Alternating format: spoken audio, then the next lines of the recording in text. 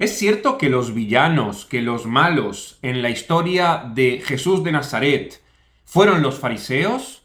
¿Es cierto que ellos son los responsables de su muerte? Respuesta rápida: no. Y el motivo por el cual estoy haciendo este vídeo es porque recibo muchísimos comentarios de muchísima gente que me dice los fariseos fueron los que condenaron a Jesús a muerte. O, en otra versión, los fariseos fueron los que lo entregaron a los romanos. Esto es falso. Los fariseos no entregaron a Jesús a los romanos y los fariseos no tuvieron absolutamente ningún tipo de protagonismo en nada que tiene que ver ni con el arresto, ni con el juicio, ni con la condena a Jesús de Nazaret. Pero para eso tenemos que entender bien el contexto histórico. Cuando nosotros leemos el Nuevo Testamento, tenemos un problema, y es que cuando terminamos de leer el Antiguo Testamento, en el Antiguo Testamento no hay ni sinagogas, ni rabinos, ni movimientos judíos claramente diferenciados entre sí, como fariseos, saduceos, esenios. Nada de eso aparece en el Antiguo Testamento. Y cuando comenzamos a leer el Nuevo Testamento, vemos que hay sinagogas, rabinos, fariseos, saduceos. Vemos cómo el ambiente político, social, cultural y religioso de Galilea y Judea en el siglo I, de repente se transformó radicalmente a lo que habíamos visto cuando terminamos de leer el Antiguo Testamento. Y es por eso que es imprescindible conocer el periodo intertestamentario. ¿Y qué es el periodo intertestamentario? Súper simple. Es ese periodo que transcurre entre que se termina el Antiguo Testamento y comienza el Nuevo.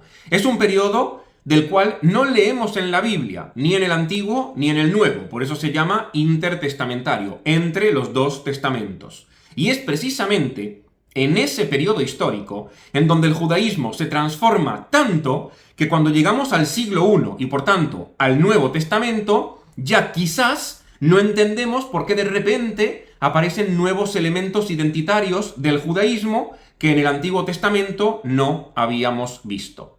Para poder entenderlo y para poder resumirlo de manera clara, en el periodo intertestamentario surgen los movimientos judíos de la época del Segundo Templo, que van a ser los movimientos judíos con los que dialoga Jesús de Nazaret, que van a ser los movimientos judíos con los que se encuentra Jesús de Nazaret, porque en el siglo I, cuando tiene lugar el ministerio de Jesús, esos movimientos ya son movimientos que están bastante bien asentados. Y los dos más importantes son, por un lado, los fariseos y por otro lado, los saduceos. Como consecuencia del exilio en Babilonia, comenzaron a tener lugar una serie de reformas dentro del judaísmo. Esas reformas consistían en que, debido a la lejanía con la tierra de Israel, en Babilonia, y debido a que el templo había sido destruido por parte de Nabucodonosor, rey de Babilonia, comienzan a construirse en la diáspora edificios comunitarios en donde los judíos puedan reunirse en comunidad y leer la Torá en público. Ahí es cuando va a nacer la institución de la sinagoga. La institución de la sinagoga nace precisamente en un periodo histórico en el cual el pueblo judío no está en su tierra y tampoco tiene templo. Cuando el templo es reconstruido, en la época del Segundo Templo, las sinagogas continúan existiendo, y continúan existiendo en paralelo al Templo de Jerusalén. Y de hecho, nosotros leemos en el Nuevo Testamento que cuando Jesús predica por la región de Galilea, entra en sinagogas. Leemos en Hechos de los Apóstoles que cuando Pablo predica por la cuenca del Mediterráneo, predica en sinagogas, y es una época en la cual todavía hay templo en Jerusalén. En las sinagogas se leía la Torá en público y se estudiaban los mandamientos de la Torá. Con el paso del tiempo, como ahora mucha más gente lee la Torá que antes, porque en la época del primer templo, los únicos que tenían acceso al texto, al no haber centros comunitarios cuyo objetivo sea leer el texto, eran los sacerdotes del templo de Jerusalén. Y por tanto, ellos manejaban la administración de la Torá en cada momento dado. Ellos eran los únicos que podían interpretar la Torá y el pueblo seguía su enseñanza. Ahora hay sinagogas y en las sinagogas se lee la Torá. ¿Esto qué va a provocar? Esto va a provocar que de entre las clases populares, es decir, de entre las clases que no son el sacerdocio de Jerusalén, elitista, aristocrático, que está bien asentado en posiciones clave en la ciudad de Jerusalén, en zonas que son rurales, en zonas que son más periféricas, van a comenzar a surgir líderes que en las sinagogas van a interpretar la Torá de una manera diferente. Y es ahí cuando esas clases populares van a desarrollar una nueva forma de liderazgo que va a estar en constante controversia con el liderazgo tradicional clásico, que es el de los sacerdotes del Templo de Jerusalén. Ese tipo de líderes van a ser conocidos con el nombre de rabinos. Los rabinos son líderes de las clases populares bajas que surgen del mundo de las sinagogas, en donde la gente comienza a interpretar la Torá de una manera que es diferente a la de los sacerdotes del templo. Podemos intuir fácilmente que los primeros que se van a oponer al surgimiento de esa nueva forma de liderazgo van a ser, ¿quiénes? Aquellos que se ven amenazados por esa nueva forma de liderazgo, es decir, los sacerdotes del templo. Y ellos se van a constituir en un movimiento cuya existencia la podemos corroborar gracias a las páginas del Nuevo Testamento y otros libros históricos, que es el movimiento de los saduceos. Es decir, los saduceos van a ser principalmente el movimiento que promueve los intereses de la clase sacerdotal vinculada al templo de Jerusalén. Un movimiento que va a ser muy conservador, un movimiento que va a ser elitista, un movimiento que se va a oponer a los cambios que van a empezar a surgir dentro del judaísmo. Y en contraposición tenemos el liderazgo de las sinagogas, que es el liderazgo de los rabinos. Un liderazgo popular, un liderazgo que además tiene el apoyo de las clases populares, que son la inmensa mayoría del pueblo judío, que ese liderazgo se va a constituir principalmente en torno a un movimiento que se va a oponer al de los saduceos, que es el movimiento de los fariseos. Los fariseos surgen del pueblo, los saduceos surgen del sacerdocio. Y es por eso que cuando nosotros queremos entender cómo funcionaba la sociedad judía de Galilea y Judea en el siglo I, tenemos que entender que como los fariseos habían surgido desde el interior del pueblo, eran ellos, y no los saduceos, los que gozaban de mayor apoyo popular. En ese contexto comienza la predicación de Jesús de Nazaret. Y Jesús de Nazaret va a predicar en un contexto en la región de Galilea, en donde todo el ambiente que rodea su ministerio es un ambiente 100% fariseo. Los fariseos se van a topar constantemente con Jesús de Nazaret y sus discípulos. Y los fariseos van a intercambiar diálogos con Jesús, van a intercambiar opiniones con Jesús, y en algunas ocasiones también van a entrar en disputas teológicas con Jesús sobre cómo se tiene que cumplir tal o cual mandamiento. Pero hay un detalle que a veces pasa desapercibido, que es esencial para poder entender lo que estamos intentando contar aquí. Si nosotros nos fijamos bien, cuando leemos el Nuevo Testamento, y lo tengo aquí para que podamos explicar esto con el libro en la mano, en múltiples ocasiones los fariseos se llevan bien con Jesús. Los fariseos invitan a Jesús a comer a su casa. Los fariseos previenen a Jesús de que Herodes está intentando buscarlo para matarlo, y él logra salvar así su vida. Si nosotros prestamos atención, vamos a darnos cuenta de que la doctrina de Jesús de Nazaret es muy parecida a la doctrina de los fariseos. El modo de pensar, el modo de razonar, las creencias populares son prácticamente las mismas. Y de repente, cuando llegamos a la ciudad de Jerusalén, quiere decir, en la última semana de vida de Jesús, según el relato evangélico, de repente los interlocutores de Jesús cambian. Se produce un giro súbito, repentino del guión. Los fariseos, que fueron tan protagonistas en la región de Galilea durante todo el ministerio de Jesús de Nazaret, pasan a un segundo plano y comienzan a aparecer en escena los sacerdotes saduceos, con quienes Jesús también entra en diálogo, pero sobre todo entra en controversia. Y por tanto, en la región de Galilea, Jesús dialoga principalmente con fariseos. En cambio, en Jerusalén, Jesús dialoga principalmente con saduceos. Y Jesús va a morir en Jerusalén. Y va a morir en Jerusalén precisamente porque se va a oponer al liderazgo tradicional de los sacerdotes saduceos. Y aquí quiero contar el siguiente episodio. Todo el mundo está familiarizado con el famoso episodio de la purificación del templo de Jerusalén. ¿Qué quiere decir? Cuando Jesús entra a Jerusalén por primera vez, lo primero que hace es ir al templo. Como buen peregrino judío, llega al templo de Jerusalén y ve lo que pasa. Y es ahí cuando leemos que Jesús da vuelta a las mesas de los cambistas y da vuelta a las mesas de los vendedores de palomas. Y grita: esta casa es casa de oración, pero vosotros la habéis convertido en una cueva de ladrones. Esto lo quiero aclarar porque muchas veces a mí en los comentarios me dejan: Jesús volcó las mesas de los fariseos que estaban corrompiendo el templo de Jerusalén. No, esto se debe a un nulo entendimiento del contexto histórico de la región de Galilea y Judea en el siglo I. ¿Quiénes eran los que estaban vendiendo palomas en el templo? ¿Y quiénes eran los que estaban cambiando monedas en el templo? Aquellos que controlaban, administraban y hasta monopolizaban los servicios del templo de Jerusalén, es decir, los sacerdotes saduceos.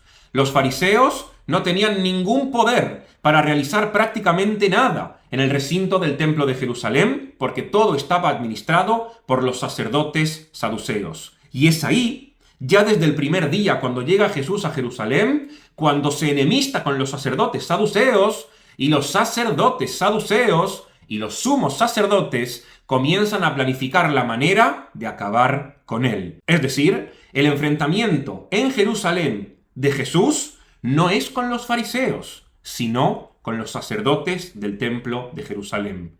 Los fariseos, al contrario, no tenían ningún problema con Jesús de Nazaret, más allá de algunas disputas teológicas o jurisprudenciales que podían tener cualquier grupo de fariseos entre sí.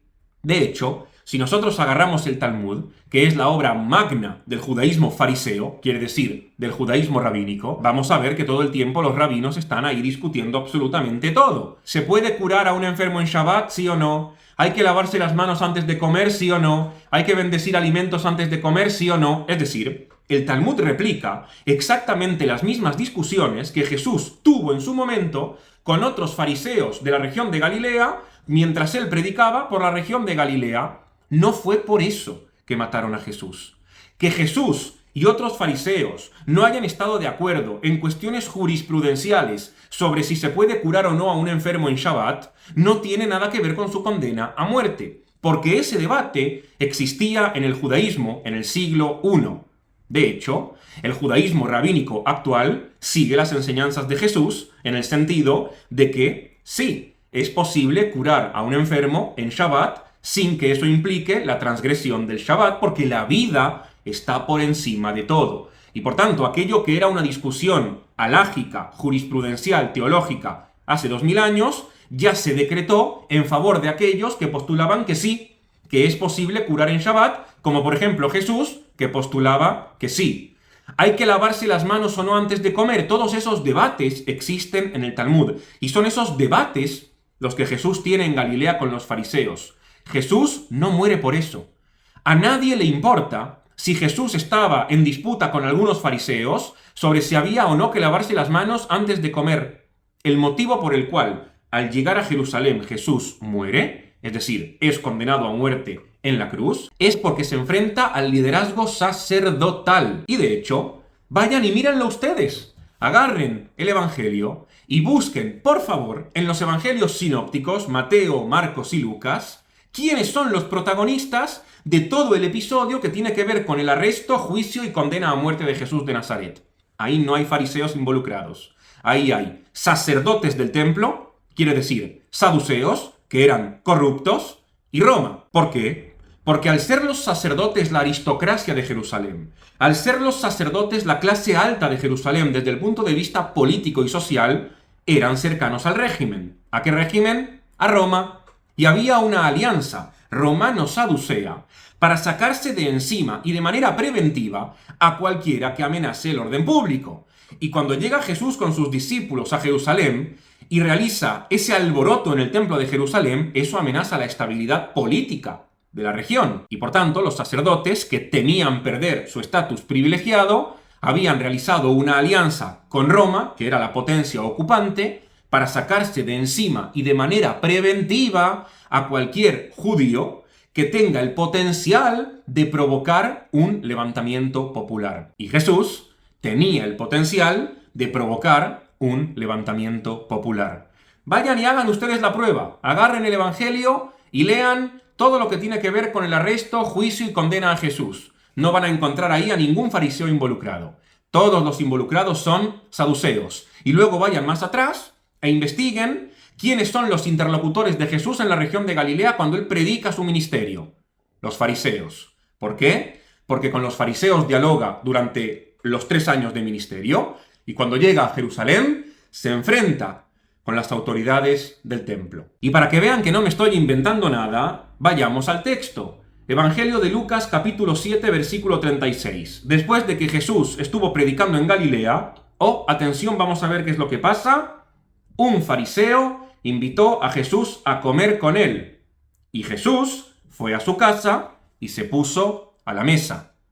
Jesús y un fariseo comiendo juntos. Es decir, quizás no se llevaban tan mal. Vamos de nuevo, vamos a ver otro ejemplo. Seguimos en el Evangelio de Lucas, avanzamos unas páginas nada más, y de repente, cuando avanzamos unas poquitas páginas, nada más unas poquitas páginas, vamos al capítulo 11, de repente leemos algo muy similar. Capítulo 11 del Evangelio de Lucas, versículo 37. Otra vez, Jesús predicando en Galilea, y cuando terminó de hablar, un fariseo lo invitó a comer con él. Jesús entró y se puso a la mesa. Es otro episodio diferente, ya van 2. En el Evangelio de Lucas, en donde Jesús, después de predicar, acepta la invitación de un fariseo. ¿Por qué un fariseo invitaría a comer a Jesús? ¿Por qué si eran enemigos de Jesús y eran los villanos de la historia, lo invitarían a comer? Porque quizás hemos entendido mal la historia. Los fariseos no son los villanos en este asunto. Otro ejemplo, vamos al mismo Evangelio, Lucas capítulo 13, versículo 31. En aquel momento se acercaron unos fariseos y le dijeron: «Anda, vete de aquí, porque Herodes quiere matarte». Los fariseos están protegiendo a Jesús, saben que Herodes lo está buscando para matarlo y le avisan para cuidarlo, para protegerlo, para que Herodes no lo mate. ¿No era que eran los villanos? No me queda claro si son los que protegen a Jesús de que Herodes lo mata o quienes después lo entregan a Roma para que Roma lo crucifique. ¿Se dan cuenta de que hay una inconsistencia en esta historia? ¿Cómo es posible que los fariseos primero protejan a Jesús y luego sean quienes entregan a Jesús? Evidentemente, aquí hay algo que no se está entendiendo bien. ¿Cómo hay que entender esto? Aquí lo tienen. Evangelio de Lucas, los fariseos protegen a Jesús. Y luego, cuando llega a Jerusalén, no son los fariseos los que entregan a Jesús, son los sacerdotes saduceos. Recordemos que había un enfrentamiento entre los fariseos y los saduceos. En este punto ya queda claro que, independientemente de si Jesús se veía o no como parte de su grupo, los fariseos sí lo veían como parte de su grupo. Veían a un rabino itinerante que iba predicando por Galilea, que era muy parecido a ellos, y por tanto, cuando se topaban con él, a veces discutían, porque una característica de los fariseos, como dijimos recién, es que discuten y no están de acuerdo en todo, y otras veces estaban de acuerdo y lo invitaban a comer. Es más, yo estoy incluso convencido de que en muchas ocasiones la discusión terminó sin ningún tipo de acuerdo y aún así los fariseos lo invitaron a Jesús a comer. ¿Por qué? Porque los fariseos sí lo identificaban como alguien de su grupo. Y para que podamos entender esto mejor, vamos ahora a otro libro. Vamos a Hechos de los Apóstoles. Miren esto qué curioso. En Hechos de los Apóstoles, los discípulos de Jesús, una vez Jesús ya no está, tienen problemas en el templo. Se están enfrentando a los sacerdotes del templo e interviene un fariseo para cuidarlos, para protegerlos. Pero un fariseo llamado Gamaliel, doctor de la ley, respetado por todo el pueblo, se levantó en el Sanedrín, mandó que sacaran de la sala por unos momentos a los apóstoles y dijo aquí un discurso súper largo en defensa de los apóstoles. Es decir, Gamaliel, que es uno de los rabinos más importantes de la historia del judaísmo, Rabán Gamaliel, que aparece en muchísimas discusiones del Talmud, protege a los discípulos de Jesús ante los saduceos en el templo de Jerusalén. Vamos a seguir leyendo, de nuevo, Hechos de los Apóstoles. Ahora Pablo, cuando está en el templo, y de nuevo Pablo, igual que los discípulos, tiene problemas con los sacerdotes del templo. Y miren lo que dice el texto. Algunos maestros de la ley, de la parte de los fariseos, y es importante porque el texto aquí aclara que es de la parte de los fariseos, se levantaron y afirmaron enérgicamente: nosotros no encontramos nada malo en este hombre. Es decir, los fariseos protegen a Pablo. Vemos cómo los fariseos, primero, invitan a Jesús a comer. No tienen ningún problema con él. Segundo, los fariseos le advierten a Jesús de que Herodes lo quiere matar. Tercero, un fariseo llamado Gamaliel, uno de los rabinos más importantes de la historia, protege a los discípulos de Jesús ante los sacerdotes. Y luego, los fariseos, cuando Pablo tiene problemas con los sacerdotes del templo, lo vuelven a proteger. Quiere decir que quizás hemos entendido mal la historia. Quizás los fariseos no solamente no tuvieron nada que ver con la muerte de Jesús, sino todo lo contrario, sino que cuando era necesario lo intentaban proteger tanto a él como a sus discípulos, como más adelante a Pablo, y quizás, si queremos ir a buscar culpables de la muerte de Jesús, tenemos que trasladarnos al otro grupo, al grupo que monopolizaba el templo, al grupo que era aliado de Roma, al grupo de los sacerdotes saduceos. Ellos sí tuvieron algo que ver.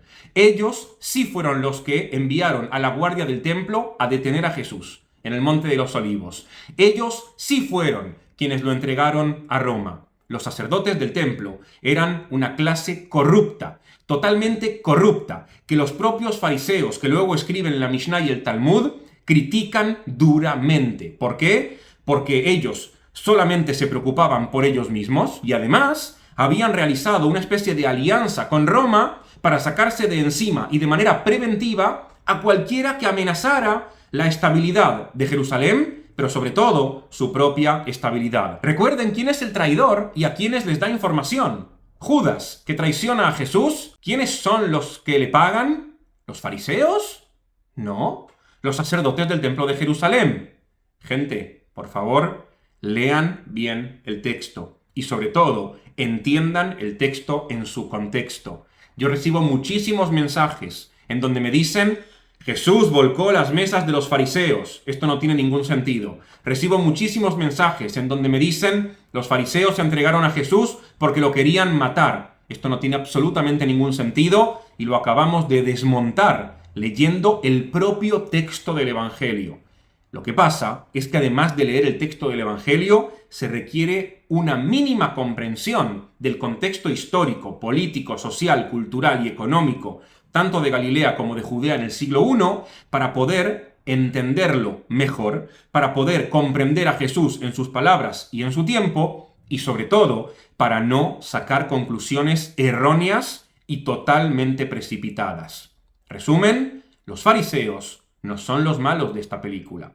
Los fariseos no son los villanos de esta historia. Los fariseos no tuvieron absolutamente nada que ver con la condena a muerte a Jesús.